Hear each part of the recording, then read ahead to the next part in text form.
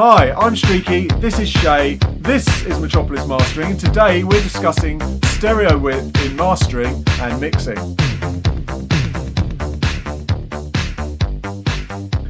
Oh, back to my elbow. So, stereo width, how do you get it? Well, in mastering it's different to mixing, because obviously mixing you've got a hell of a lot more control over the individual tracks and how you can spread those. So over to you for that. Yeah, mixing wise. How do you get it to go wide? Because obviously I've got different techniques. Yeah, I mean, there's more techniques in mixing than there is mastering that you can use. Just give us a couple, don't bore us to death. Obviously panning, so there's panning, left and right, make stuff go this way or that way. But then you're kind of really adjusting the levels on either side then, aren't you? Rather than going on a and then you get binaural panning, which is just instead of left and right, you've got left, right, over there, behind you, Doppler, that kind of stuff. Delays is probably a really good one that a lot of people use and kind of would do good to use. How would you do that? So you get like either if it's a mono signal or a split to stereo or a stereo signal. You take the left and the right, and you split. You delay one of the sides, the left or the right, by a few milliseconds from the other one. So you delay, say, the left 50, 90 milliseconds from the right, and then what that would do is not be so vast of a delay that it actually sounds just like a normal delay. Just a normal standard delay plug-in. A standard delay plug-in that's stereo, and where you have the ability to change the left from the right independently. Yeah. And then just change the milliseconds. Anything above 50 up to about 200. Anything past that, you're kind of getting into the it's obviously a delay, but 50, 60 milliseconds, and you get that. It kind of just does a big kind of width. And how does that? Well, you because in mastering, I wouldn't suggest doing that on bass. Well, no, yeah, which is the same for mixing. I mean, things like hi-hat. I mean, it's normally high frequency stuff. So things like hi-hats. It's not too bad for high synths if you want to get something to sound a bit more open, and it gives it, instead of it just being wider, it makes it seem a bit wider and higher within the mix. And because it is just a delay and it's an exact copy of itself, a little bit off time, it's balanced. It's not like you've gone wide and a bit wonky. Yeah, it's nice and balanced. The wider you go, the worse you play with phase. Obviously, like the longer the millisecond difference, the phase starts. Well, phase is the main problem with stereo width, because it can start sounding a little bit weird and out there. And then just a bit painful and just there's something going on here. Yeah, just horrible. And also, phase issues are also a problem with mono signals. So if it's going anywhere that's mono, I mean, a lot of obviously it's not as bad as it used to be, but a lot of things. Also, if you've got a lot of stereo information, if you're thinking about going to vinyl later, you've got to kind of consider that, because some lathes don't like, every lathe doesn't like a lot of stereo information, especially in the lower down. Yeah. So that's why a lot of mastering engineers are more likely to mono the bass, especially when they're cutting. So if you might as well think about that at mix stage and think, okay, well, let's not pan in the low end, because although it might sound big, it's not going to give you enough punch and enough kind of an anchor. Exactly. Get a nice anchor for the centre of the track.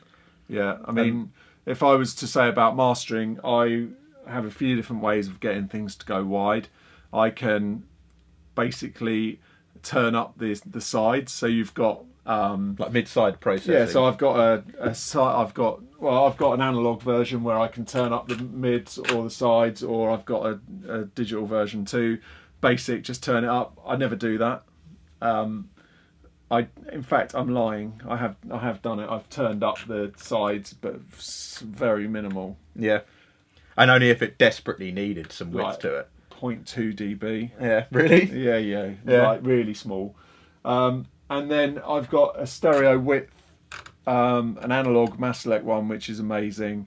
But again, the more you go higher with it, the more phasey it gets and the more weird it sounds. And really, at mastering stage, if somebody's done a mix and they're really happy with the way it sounds, you don't want to go too crazy with the stereo width plug-in or with an analog one, because it's going to really start pulling their mix out, and that's going to really annoy them. And you're dealing with a stereo file. Like, at mix-wise, I could make something go completely horrible sounding, like to one part, like the hi-hats, for instance. If I was to solo them in the track, you'd be like, that sounds horrendous, what's gone on? But then when everything else is in, it evens everything out again. And on the correlation meter, it's in phase. But soloed, it's like, well, you're well out of phase. Yeah. That's because I'm dealing with so many different and I'm watching phase quite a lot with mastering, because you're You know, we used to do it a lot more when you used to go to tape and stuff because that was important for the phase. But you know, now you don't want to go too crazy. I think a lot of people do a lot of stereo width stuff just to go, oh yeah, it's crazy, it's wow. I've got new plugins. It's doing that really effect. But really, you've got to think, how's that affecting the music? And like you say, if you're just doing it in the hats,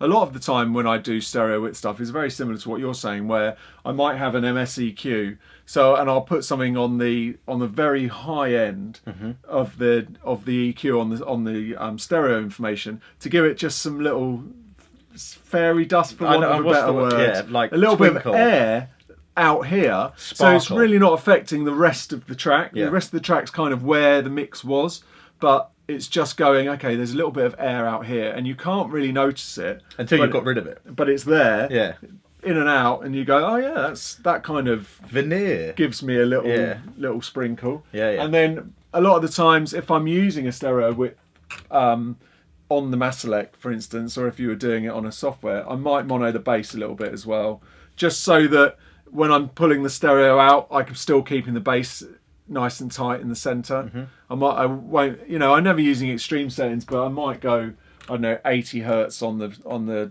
elliptical filter, which is monoing the signal.